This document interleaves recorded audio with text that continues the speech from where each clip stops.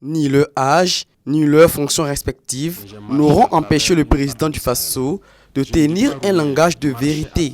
C'est donc sans passer du dos de la cuillère que le capitaine Ibrahim Traoré s'est entretenu avec les responsables des OSC et présidents des partis politiques. La situation dans laquelle le pays se trouve nous incombe tous, dixit le président du Faso. Un discours qui vient une fois de plus rappeler l'impérieuse nécessité de travailler dans l'intérêt supérieur de la nation. Un discours qui fait l'objet d'interprétations des populations de Ouagadougou. En tout cas, ce message, c'est un message fort. C'est un message qui est venu à point nommé. Parce que si vous allez remarquer même, depuis fort longtemps, on peut dire que les partis politiques même ont joué même leur rôle même dans ça. Parce que c'est l'appât du gain que tout et chacun s'efforce à gagner, tout en oubliant autrui. Le pays, le Burkina Faso, c'est y compris toutes ses composantes. Donc on ne devrait pas oublier les uns au détriment des autres. C'est un message que le président nous a rappelé tout en disant que toute personne qui est au courant de la situation et qui ne l'est pas doit s'efforcer de mettre la main dans la pâte. Parce que le Burkina Faso nous appartient tous. Et je peux en même temps demander au président du Faso s'il peut réellement impliquer même les acteurs politiques, c'est-à-dire amener même certains même sur le terrain et voir rester même avec les VDP, les militaires pour comprendre vraiment la situation du pays. Parce qu'il ne faut pas rester cloîtré derrière son bureau climatisé. On navigue sur Facebook en racontant du n'importe quoi. Il faut aller au cœur même de l'événement pour comprendre ce qu'il y a. Parce qu'il y a certaines personnes qui n'ont même pas déjà même fait peut-être même 150 à 200 km hors de Ouaga. Ce sont les infos, les échos seulement qui sont là en train d'écouter. Il faut qu'eux-mêmes ils partent au front. J'ai bien écouté et vraiment j'étais très ému. En fait, ce que le président a dit, c'est la réalité totale. Parce que nous-mêmes, en tant que membres de l'association du MEPAP, nous avons cette vision depuis le 2 décembre 2019 et on a relaté cela lors de notre conférence de presse. Il va falloir que tous les acteurs, que ce soit politiques, religieux, s'imprègnent, s'intéressent à la situation sécuritaire du pays. C'est-à-dire que ce n'est pas donné à un citoyen ou les militaires de lutter contre le terrorisme. Nous tous, on doit s'impliquer.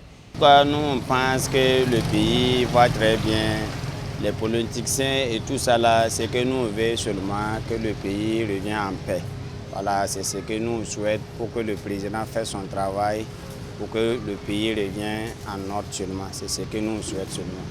Il faut dire que voilà, c'est pour la première fois que nous entendons un discours de vérité, un discours sincère, un discours qui tranche avec les discours politiques. Vraiment, ce discours nous a trop émus et je pense que tous les Burkinabés patriotes et sincères sont touchés du fond de leur cœur. C'est ce que je peux dire déjà. C'est un discours franc, sincère, véridique, réaliste.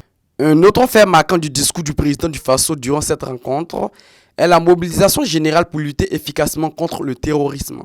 Un message qui doit être la boussole des populations. Il faut dire que nous lançons un appel à toutes les filles du moins, et les fils du Burkina Faso, à l'union.